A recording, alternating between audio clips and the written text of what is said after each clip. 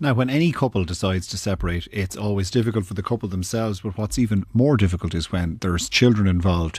New research from Barnardos shows that 1 in 10 children in Ireland are caught in situations of conflict so intense, communication between parents can completely break down, and this can have lasting impacts on children's mental health, behaviour, and even their development into adulthood. And for more on this, I'm joined now by Clare Deane, Assistant Director of Children's Services with Barnardos. Clare, good evening to you. Good evening, Colm. That headline statistic that you have is quite striking. 1 in 10 children affected in a very high conflict situation.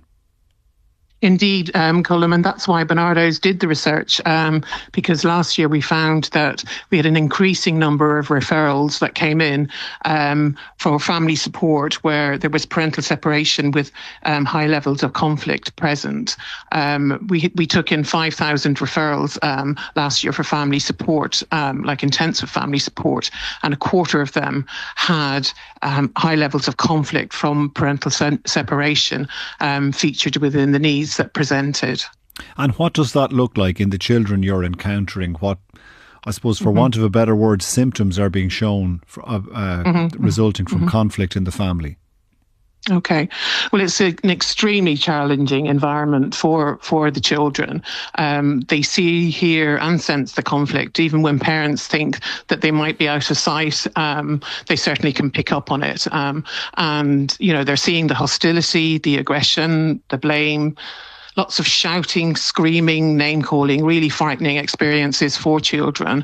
And all of that creates an environment that's very much low in warmth, you know.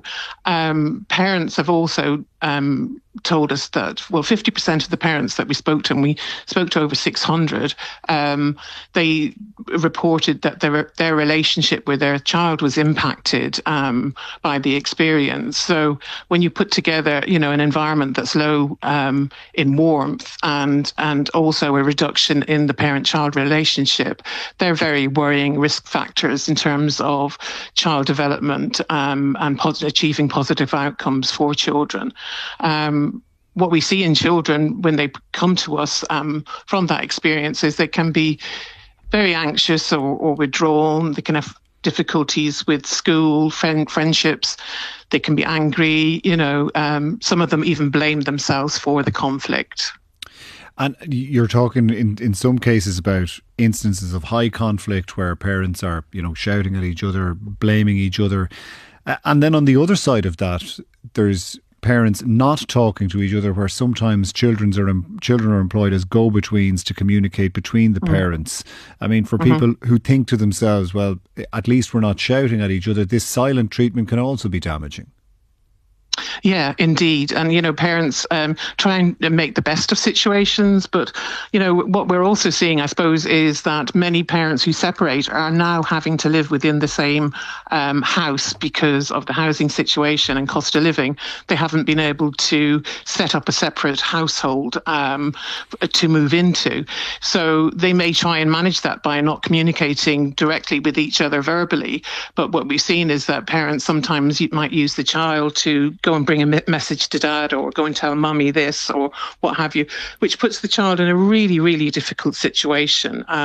Because really what the child wants is, you know, for you know, the stability, the calmness within the home, and to have a good relationship with both parents. So it's really, really difficult for the children.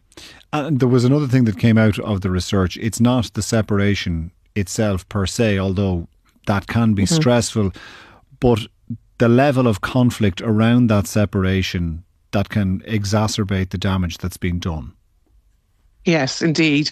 It is the conflict that actually causes the damage for children. And parents sometimes think that, you know, just by separating, you know, that'll make all the difference. But if the conflict continues throughout the separation, as it sometimes does, because parents can still be very stuck and unable to resolve conflict or make decisions together. So that would actually then continue afterwards. So parents need a lot of help to be able to manage their own feelings, to be able to then focus on the child. You had some examples. Some of it might seem petty, but at the same time not to be diminished in terms of the damage it might do to a child, of one parent insisting that a child who was wearing clothes bought by the other parent would have to change into other clothes because, I don't know, for whatever reason, they found even any evidence of the other parent triggering. Yeah, and that's really hard for children because, belongings are important to them. And when a parent or anyone gives a child a new outfit, etc., they attach the warmth from what they were given to that item. So it kind of separates the child as well, is like into two beings. One child when you're with your mom, one child when you're with your dad or the other parent. So that's really, really difficult. And sometimes parents do it in terms of where they might think, well, they're my clothes now. It's my right to hold on to them. But actually, this is where we would encourage parents to really think about what that means for the child. That they have to strip off one set of clothes and put on another in order to go home. I suppose it is worth saying, Claire, that you do offer support services. Deconfliction is possible, and there is a way of doing this that significantly reduces the stress to children. For people who are finding themselves with what might seem like irreconcilable differences where one party or the other believes the relationship has broken down, what should they do to prevent it entering what might be termed a toxic phase of separation?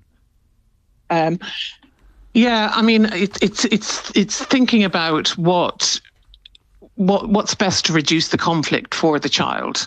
So, you can't really advise on what's the right time to separate, but we would advise more in terms of what would actually reduce the conflict for the child.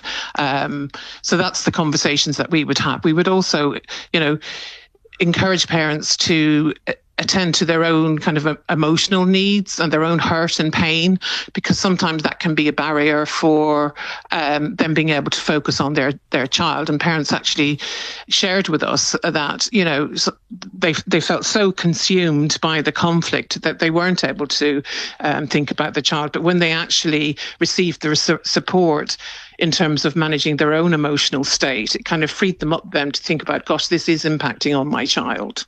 Okay, Claire, thanks very much for that. That's Clare Deane, Assistant Director of Children's Services with Barnardos. If you want more information on that research, you can go to barnardos.ie for more on that.